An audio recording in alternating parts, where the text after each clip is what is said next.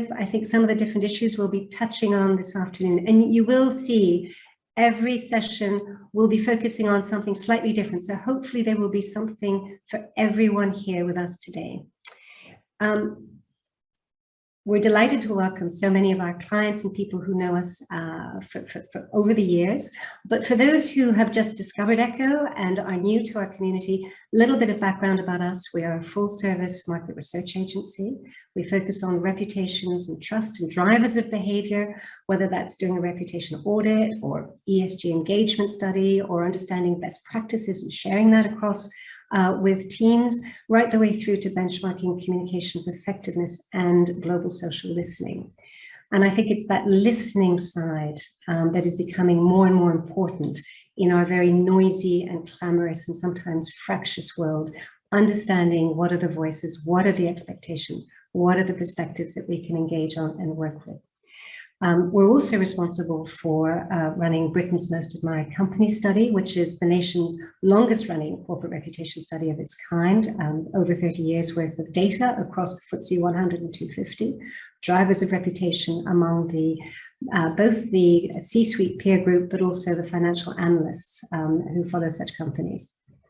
And then finally, we're expert witnesses in a court of law based on the integrity, the rigor, and the independence of our research. Our clients go from A to Z around the world, across in all different sectors, really engaging with us on different elements of insight and support that they find useful on their own journey for improvement and excellence.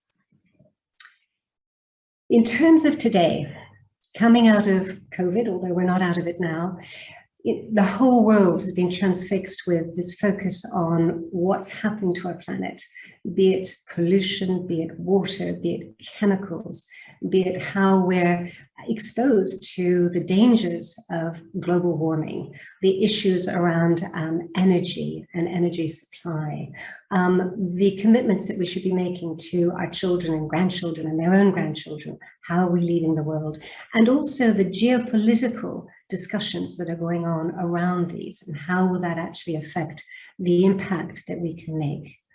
And certainly fundamental to all of this is the role of leaders and how we go forward. Just to pull out a couple of observations, really over the last year or so, we had everything from Klaus Schwab in the middle of the pandemic, talking about the focus on the stakeholder model and how many are really embracing that or not. Last month, we have Paul Pullman with his latest book on how courageous companies thrive by giving more than they take, and talking about the importance of leaders being in sync and in harmony with the planet. And how they go forward. Out of COP, there are so many different kind of quotes and perspectives we could pull on, but just to really draw on three, we have everything from the UN Secretary General saying 1.5 degrees is still in reach, even if it is on life support, right the way through to Prince Charles, looking at the I think the issues of translating fine words into finer action and the time being now. And finally, obviously, Sir David Attenborough saying together we can make this happen and calling on the world to unite and really cooperate on these fundamental issues. If we just stand back a little bit, and it isn't, we don't have to go far back to see the rise and rise and rise of focus on such issues. In fact, it's been rising exponentially even over the last year. You can see all the hashtags that are coming out of the discussions around the world: ESG, COP, sustainability, energy, uranium, nuclear. The whole issue is starting to come through more and more, and these are just gathering all the different conversations out there. A lot of them exchanging and sharing ideas and perspectives and concerns, some of them very positive around renewable energy, around responsible investment, around the circular economy, but also we also see a rise too in concerns that are negative.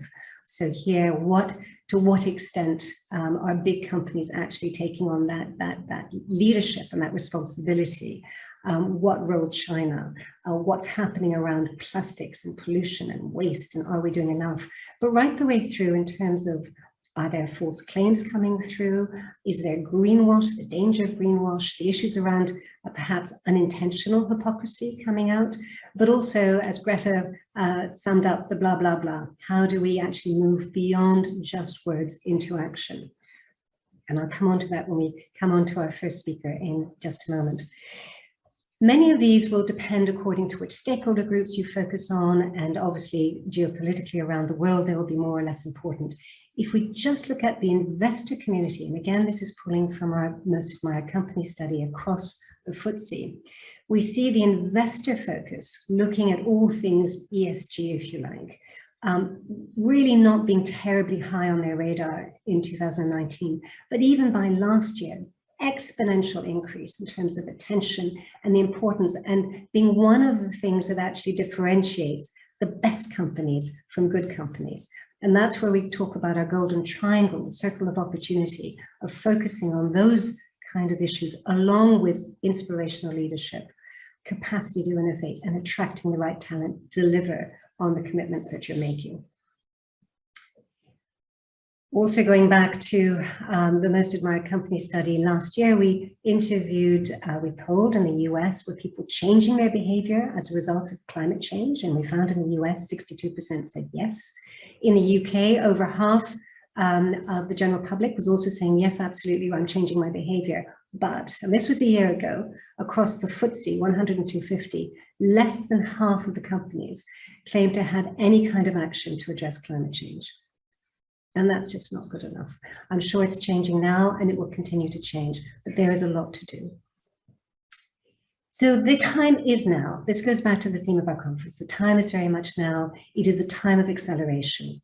We don't no longer have the luxury to plan and prepare and put this out to a 5-year plan. This is now. Timing has accelerated. The future is being dragged into the present. Technology is accelerated. Everything AI, digital, what role innovation in achieving all these things. Focus on inequality is accelerated too. Addressing transformation has accelerated more than ever before. All the things that we'll be talking about this afternoon. But so too, perhaps uncomfortably, activism has accelerated. And the focus on ethics. Are we walking the talk? Are we actually addressing what needs to be addressed? And what is it to be human in this age? Are we really considering that as well? And finally, the other area that's accelerated, which is obviously we are very interested in, is the role of strategic communications in bringing your stakeholders with you.